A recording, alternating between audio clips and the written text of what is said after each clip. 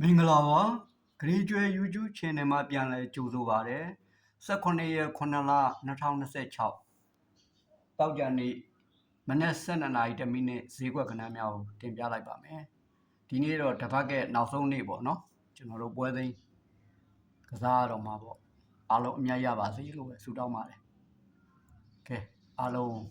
ကျွန်တော်ခဏလေးပြပါမယ်3.6ခွန်က3ရဲ့ပါဝါ8အဲ့ဒါနောက်ပိတ်ပါကျွန်တော်ဒီမှာထိပ်သီးထဲဖို့လောက်ထားတယ်မှာ48လို့ထွက်တယ်9ခွန်406 6ရဲ့ပါဝါ1နောက်ပိတ်ပြီးတော့ထိပ်သီးတဲ့ဒီမှာထိပ်သီးပါနောက်ပိတ်ထဲဖို့ဒီမှာနေရာလေးလောက်ပေးထားပါတယ်3.41က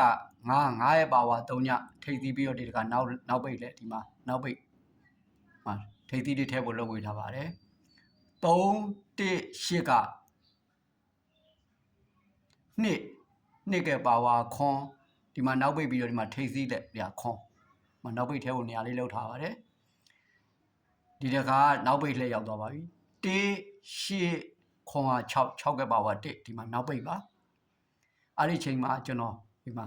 သူ့ကဏ္ဍလေးတိုင်လိုက်ပြီးတော့ထည့်ပြပါမယ်ဒီ3ညနဲ့2နဲ့ကခွန်နှစ်ကအချိန်ဒီမှာထိပ်စီးရှိနေတော့သူ့နောက်ပိတ်ဒီမှာခွန်လို့သွားထဲပြီး1ခွန်လို့ပေါက်သွားတာပါ9-3က8-3ကအချိန်ဒီမှာနောက်ပိတ်ရှိနေတော့8-3ချင်းကို8ရသွားထဲရတာပါ80-30ပေါ့နော်ဒီမှာ80လို့ပေါက်သွားတာပါ3-6က6-1ကအချိန်ဒီမှာထိပ်သီးထဲထားပြီးတော့6-1နောက်ကထည့်လိုက်ရင်ခွန်1ခွန်6ပေါ့နော်ခွန်6လို့ပေါက်သွားတာပါ3ခွန်က3.5အချိန်ဒီမှာ1နောက်ပိတ်ရှိနေတော့5-1နဲ့3.1ပါကျွန်တော်မှာ5-6ကလေးရန်ထည့်ထားပေးပါတယ်နော်သူ့တိုင်းလေးအကုန်လုံးဟိုဘက်ဒီဘက်သွားနေတာပါခဏ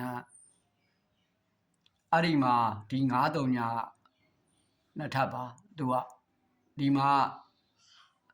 6-6ခွန်က9လေးရအချိန်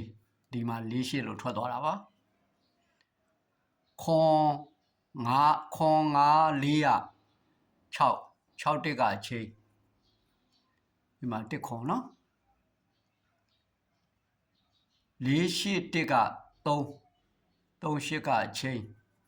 ဒီမှာ80 1ခွန်8က6တက်ကအချိန်ခွန်6 3.8ခွန်5 3ညအချိန်ပါပဲအဲ့တော့ဒီမှာခဏလေးရ5-1 3.1နည်းနည်းတော့အားမှာပေါ့နော်ကျွန်တော်တော့ဒါဒဲတွေထည့်ပေးထားရတာပါအားလုံးအဆင်ပြေကြလိမ့်မယ်လို့ထင်ပါတယ်ဒီနေ့တောက်ကြနေဆိုတော့ကျွန်တော်တို့တင်းလေးရဖို့တော့လိုပြီလို့ထင်တာပဲကျွန်တော်ဒီတစ်ပတ်အတွက်တော့